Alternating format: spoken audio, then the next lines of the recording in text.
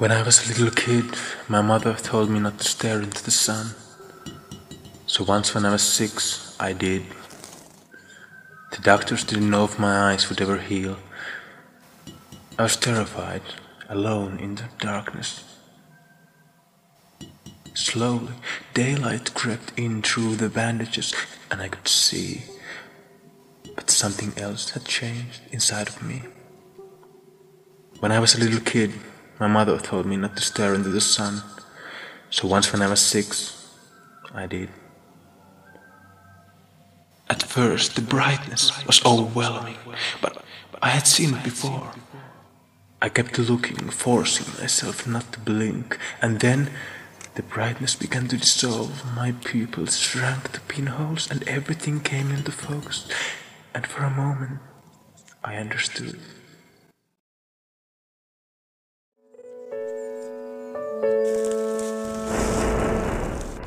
Seuraava esimerkki tästä ihmisten kollektiivisesta tyhmyydestä ja hälläväliä asenteesta tiedettä kohtaan. Laihtuminen. Kuinka moni ajattelee, että lenkkeily vaikuttaa laihtumiseen? Kuinka moni ajattelee, että liikunta tai urheilu vaikuttaa laihtumiseen mitenkään?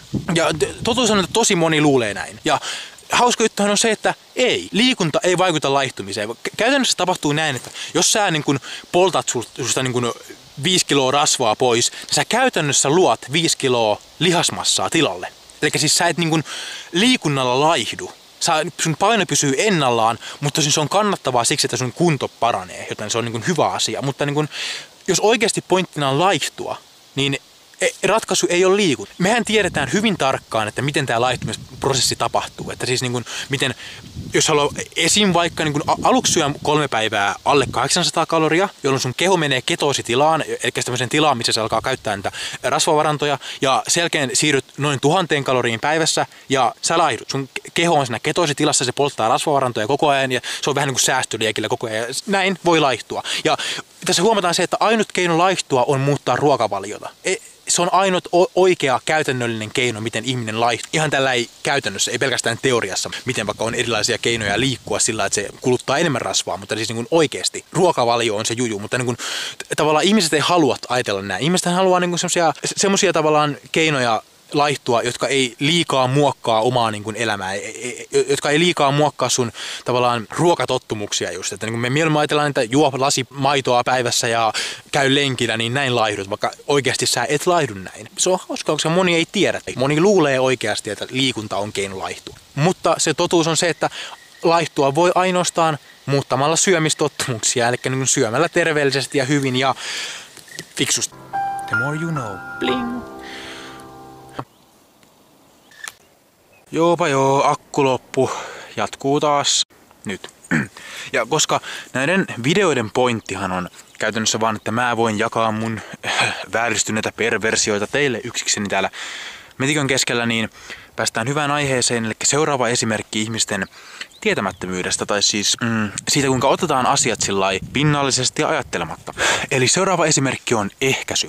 Mun mieli toimii käytännössä siten, että mä huomaan helposti loogisia ristiriitoja. Mä huomaan helposti, kun jotkut 2 asiaa ei mene yhteen. Ja sen takia jotain, mitä mä niin kun nopeasti huomasin koulussa, opetettiin asioita liittyen ehkäisyyn. Mä huomasin yhden mielenkiintoisen seikan, kun vertas tavallaan tämmöistä, miten ihminen, tai siis tämmöinen hedelmöittyminen biologisesti toimii, vertaa sitä siihen, mitä meille opetetaan erästä tietystä ehkäisykeinosta. Tämähän on hyvä kysymys, että kuinka moni ajattelisi, että keskeytetty yhdyntä on huono ehkäisykeino. Aika moni varmaan. Siis eikö siihen ole helppo niin kuin vaan ihan tulee se automaattinen reaktio, että kyllä, Herra Jumala, ei todellakaan toimi. Onko asia näin? Onko se ikinä miettinyt? Jos vastaa tohon, että ei se toimi, niin kysymys kuuluu, että onko ikinä miettinyt asiaa oikeasti sen enempää muuta kuin, että sulla on joskus sanottu, että se ei toimi. Edelleen maailma on paljon monimutkaisempi systeemi ja asiat eivät ole kovin yksinkertaisia. Mutta mä voin kertoa vastauksen tähän kysymykseen. Se on hyvin yksinkertaista. Keskeytetty yhdyntä on huono ehkäisykeino suhteessa kaikkiin ehkäisykeinoihin, mitä meillä on olemassa. Mutta tämmöinen mielenkiintoinen juonenkäänne tähän juttuun on se, että se on yhtä huono kuin kondoomi. Tilastollisesti ja oikein käytettynä se on yhtä huono kuin kondoomi. Eli hetkinen, joku tässä nyt kyllä on pielessä. Ja mä voin selittää, miksi se on näin. totuushan on se, että todennäköisyys, että kondomi on viallinen jo siellä niin kuin tehtaalta tullessaan, on aivan olematon. Ja minkä takia kondomi sitten ei ole 100% varma ehkäisykeino? Ja syyhän on tietenkin se, että kuinka helposti sen pystyy itse kustaa sen homman. Kuinka helposti sen saa itse revittyä, kuinka helposti sitä tulee käytettyä väärin ja sillä tavalla, että jokin menee pieleen. Ja totuus on, että coitus interruptus, mikä helvetti, pull out method, withdrawal on ihan samanlainen. Eli siinä on kyse siitä, että tekeekö sen oikein ja tietääkö, mitkä kaikki asiat vaikuttaa siihen, että sen tekee väärin. Eli se on enemmän ihmisen omaa sähläystä, että toimiiko nämä tämmöiset huonommat ehkäisykeinot, kuten kondomi tai tämä coitus interruptus. Ja mun tehtävä on selittää, miten tämä homma toimii. Koska tärkein kysymyshän on se tämmöisessä keskeytetyssä paneskelemisessa, että onko tässä esisiemen, mitä helvetti, pre-ejaculatory fluid, mitä se on suomeksi, kiimati, joo, onko kiimatipoissa siittiöitä? Ja sehän on se tärkein kysymys, koska jos niissä on siittiöitä, niin se ei toimi. Jos niissä ei ole siittiöitä, niin se on käytännössä toimiva systeemi. Ja vastaus on se, että niissä ei ole siittiöitä, koska mikä on tämän esinestesysteemin tarkoitus, niin sen pointti on muuttaa sitä happo-emästasapainoa siittiöille sopivaksi ja liukastaa virtsaputkeen. Eli toisin sanoen siittiöt kuolee happamassa ympäristössä. Ja sen takia sen nesteen pointti on pitää huoli, että ei ole hapanta ympäristöä siellä paikassa, minne siittiöt menee. Eli siinä nesteessä ei ole siittiöitä ja siitä ei voi tulla raskaaksi. Ja lisäksi kannattaa kuitenkin muistaa, että kun mies räjähtää miljooniksi pieniksi klooneiksi itsestään naisen sisälle, niin se syy, minkä takia siinä kerralla tulee noin 300 miljoonaa siittiöitä, se syyhän on se, että ainoastaan alle prosentti niistä pääsee sinne paikkaan, minne niiden on tarkoitus mennä. Ja mitä tässä tapahtuu on se, että siinähän ei ole kyse siitä, että miten yleensä ajatellaan, että tavallaan nopein siittiö voittaa tämän kilpailun. Sehän ei toimi todellakaan näin, vaan ne about miljoona, mitkä sinne pääsee oikeaan paikkaan, niin ne kaikki kerääntyy sen munan ympärille ja ne alkaa tökkiä sitä joka puolelta. Ne alkaa parveilla siinä ympärillä ja siinä ei ole kyse siitä, että niin kuin joku yksi tietty niin kuin mitenkään jollain järkevällä logiikalla pääsee sinne sisään ja hedelmöittää sen munasolun. Se ei toimi näin, vaan se on oikeastaan ihan täysin ja se vaatii sen, että siellä on se miljoonia. Ja silloin se munasolu tiedostaa sen tilanteen, että okei, nyt voi tulla ehkä raskaaksi ja sitten se päästää yhden sisään ja lukkiutuu. Ja käytännössä se voi käydä niin, että siellä on ne miljoona nopeinta siittiöitä, jotka niin pääsee sinne oikeaan paikkaan ja ne siellä taistelee hirveästi, että kuka pääsee sisään. Ja sitten se yksi niistä siittiöistä, joka on eksynyt matkalla ja päätynyt jonnekin munajohtimeen ja sitten pääsee lopulta takaisin sinne oikeaan paikkaan ja sitten se vaan niin kuin lipsahtaa vahingossa sinne munasoluun sisälle, niin se voi käydä vaikka näin. Eli tämähän on käytännössä tarina, miten minä synnyin, koska mä oon hidas idiootti, joten jotain tänne päin tapahtui.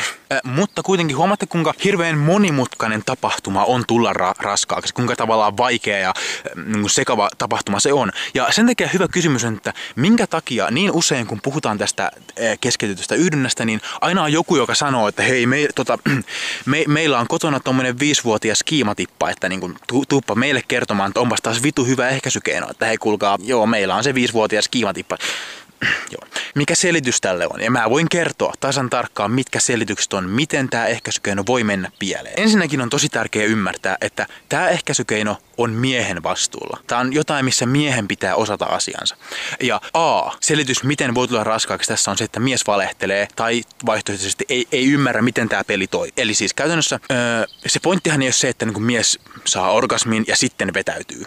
Eihän se ole mitään järkeä. Vaan se pitää tehdä sillä oikein, että niin jo kauan ennen sitä orgasmia pitää lopettaa se yhdyntä. Ja se on hyvin todennäköistä, että se mies valehtelee. Se ei kerro sitä, että se vaan on ollut hekuman huipulla ja kussut koko homma. Jotenkin siis pitää olla semmoinen mies, joka osaa tavallaan hallita omaa kehoaan tosi hyvin. Että jos sä oot semmoinen surkea teinipoika, joka on runkannut ekan kerran viime tiistaina, niin ehkä sä et välttämättä ole ykköshenkilö niin kuin ylipäänsä käyttämään tämmöistä ehkäisykeinoa, jonka pointtina on ymmärtää, niin kuin osata tulkita oman kehonsa merkkejä täydellisesti. Ja sitten jos ei osaa tulkita, niin sitä vaan lauskelee ympärinsä ja vittu tää ei toimi. Toinen juttu, että mikä, niin siis B, toinen asia, miten voi käydä väärin, miten voi tehdä väärin. Mä voin kertoa tämmöisen ajatusketjun, miten mies voi toimia tässä tilanteessa, koska Jokainen mies ajattelee päässään, että voi vittu kun mä oon ihan perseestä, että miten mä pystyn tyydyttämään mun naiseni paremmin, miten mä pystyn kestämään paremmin sängyssä, miten mä pystyn jaksaa pidempään.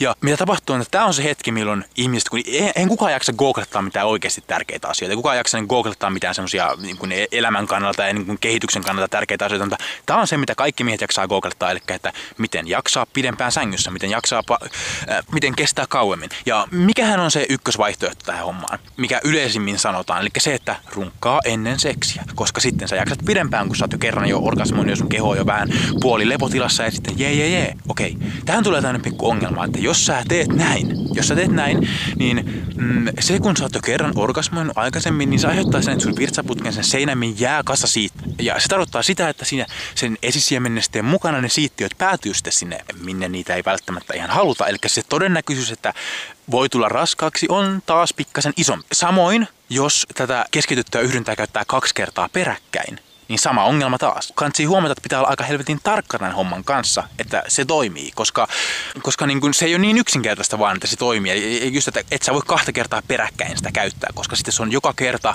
vähemmän toimiva systeemi.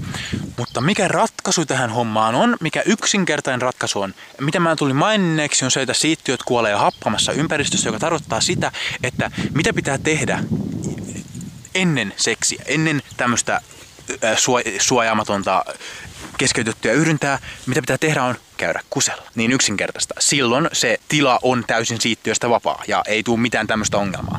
Ja mun pointti tällä ihmeellisellä valistuksella on tietenkin siis se, että kuinka monta esim. Teiniraskausta me voitaisiin estää pelkästään sillä, että kouluissa opetettaisiin tämä meidän tämä kaikkein mahdollisimman kiihottava ehkäisykeino, eli kusella käyminen ennen seksiä.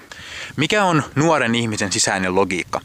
Se on se, että taistellaan kaikkia vitun auktoriteetteja vastaan niin vahvasti kuin voidaan. Ja jos joku sanoo, että keskitytty yhdyntä ei toimi, niin se todennäköisyys, että nuoret ja kuka tahansa mukaan alkaa käyttää sitä ihan vaan sen takia, että se vaan sanotaan noin vahvasti, että ei toimi, ei mitään sen enempää asiaan liittyen, älkää käyttäkö tätä.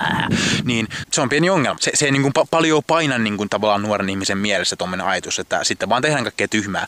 Kun taas jos tiedetään tämä, jos kumpikin tietää tämmöisen jutun, koska ihan sama kuinka paljon auktoriteetteja vastaan taistellaan, niin ei kuitenkaan haluta sitä vauvaa. Ei se niin kuin pointti ole, että halutaan raskaaksi. Ja sen takia, jos tiedetään tämä asia, niin todennäköisyys on, että se mieleen tulee, niin jos sitä opetettaisiin tosi tarkkaan joka paikassa, niin mieleen tulisi, että okei, yritetään olla edes vähän järkeviä, vaikka ollaankin teini-idiootteja, ja käydään kusella ennen seksiä. Niin kuin näin yksinkertaista. Että tämä on kyllä niin helvettiä mä oikein puhun täällä. Hentai.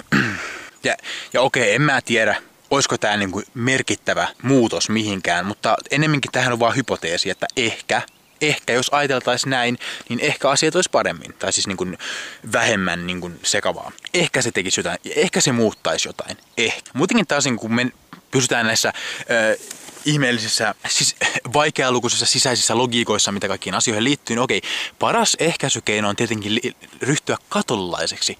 Mutta ei sen takia, mitä niin kuin ekana ajattelisi, vaan siis sen takia, että tämmöiset katolilaiset siveysaatteet, mitä yritettiin paljon esim. Vaikka niin kuin levittää Amerikassa vaikka nuorille, niin ne aiheutti sitä, että katolilaisten nuorten keskuudessa anaaliseksi ja oraaliseksi lisääntyi ja normaaliseksi vähentyi. Meidän äiti sanoi, että ei saa tehdä näin, mutta tehdään tällä vähän eri tavalla, niin ei se siitä puhunut oikeastaan mitään. Mä oon teknisesti vielä neitsyt, että jee. Kauhean loogista sinänsä, niin kauhean järkevää, niin kuin, mutta silti niin tyhmää, että ei mitään rajaa. Sitä on vaikea ennustaa miten käy. Toihin jotain, että varmaan joku äiti niin kuin ensimmäisenä ajatteli sitä. Kun tämähän on ihan todellinen asia. Ei varmaan tullut ekana mieleen, että se juttu, että se sano tyttärelleen, että hei sun pitää niin kuin välttää seksiä ja näin edespäin, bla bla bla, aiheutti sen, että se oli ensimmäiset 5 vuotta teinielämästään tekninen neitsyt, eli käytännössä pantu joka ikiseen muuhun paikkaan, paitsi, hommatteko, maailma on kauhean kaunis ja monimutkainen ja hieno.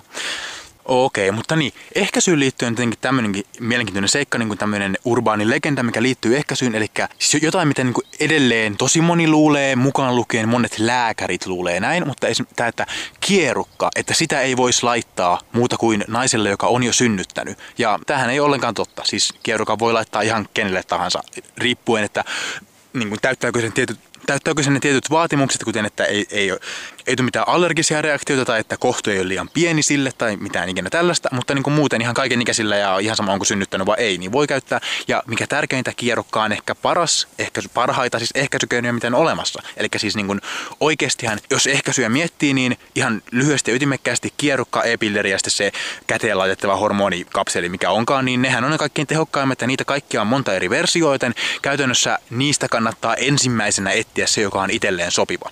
Ja tietenkin näistä voi sanoa, että e-pilleri on tietenkin vähän hämärä juttu, koska sehän lisää naisten, se lisää kortisoli, eli stressihormonitasoja naisessa. Ja jos multa kysytään, niin naiset on ihan vitun sietämättömiä jo muutenkin, joten emme tiedä, miksi me halutaan niistä enemmän stressaantuneita, joten emme tiedä. Ehkä kannattaa miettiä sitä kierukkaa, koska se on ihan fiksu vehje.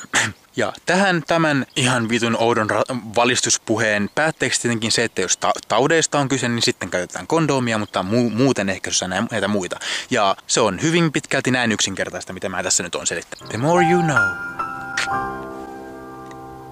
Ja siis mä vaan tässä tavallaan kyseenalaista vähän sitä, että miten meille ei kaikkia asioita opeteta täysin niin kuin kokonaisuudessaan tai oikein. Että niin, tavallaan niin kuin mun kokemuksen mukaan ainakin niin kuin monissa asioissa meille vaan yksinkertaisesti ei kerrota kaikkea. Meille ei kerrota jokaista puolta siinä asiassa. Ja mä en välttämättä tiedä, niin kuin, että onko se hyvä vai huono asia. Siis se on tosi vaikea sanoa, koska niin kuin, pitäisi niin kuin, tavallaan nähdä myös se toinen puoli, missä nämä asiat kerrottaisiin todella selkeästi kaikille.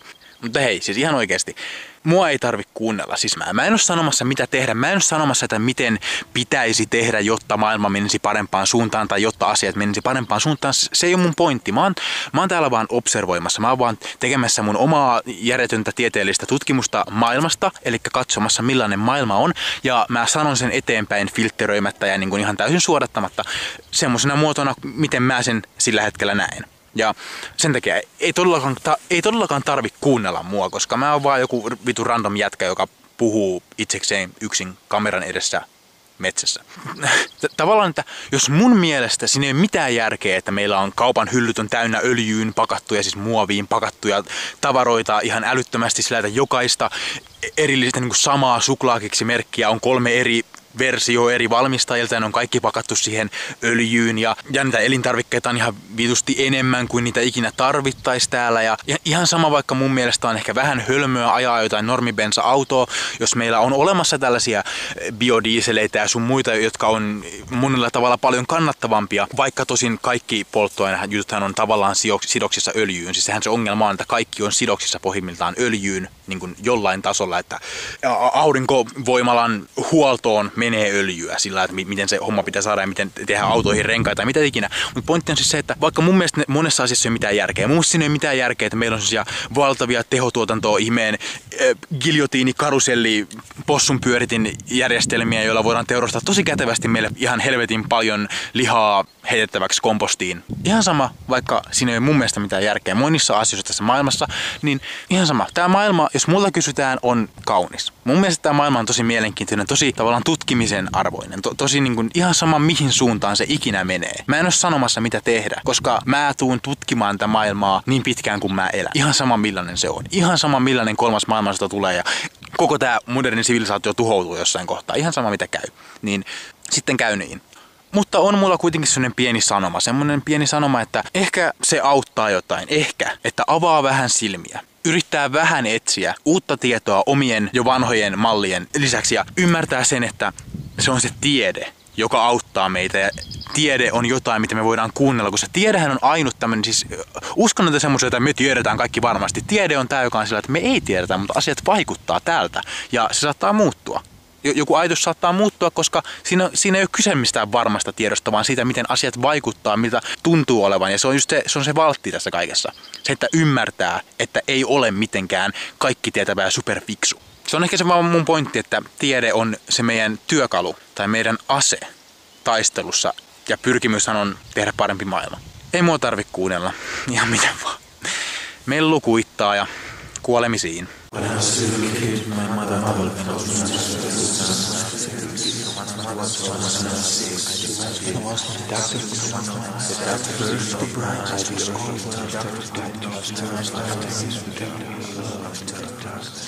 I kept looking, forcing myself not to blink, and then the brightness began to dissolve. My pupils shrank to pinholes, and everything came into focus. When I was a little kid, when I was staring at the sun, I understood. When I was a little kid, so once when I was 3, once when I was 6, I did. So once when I was 6. At first, brightness was overwhelming. At first, brightness was overwhelming. I kept looking, forcing myself not to look again. I kept looking, forcing myself not to look again. The brightness began to dissolve. My brightness took everything. And for a moment, I understood.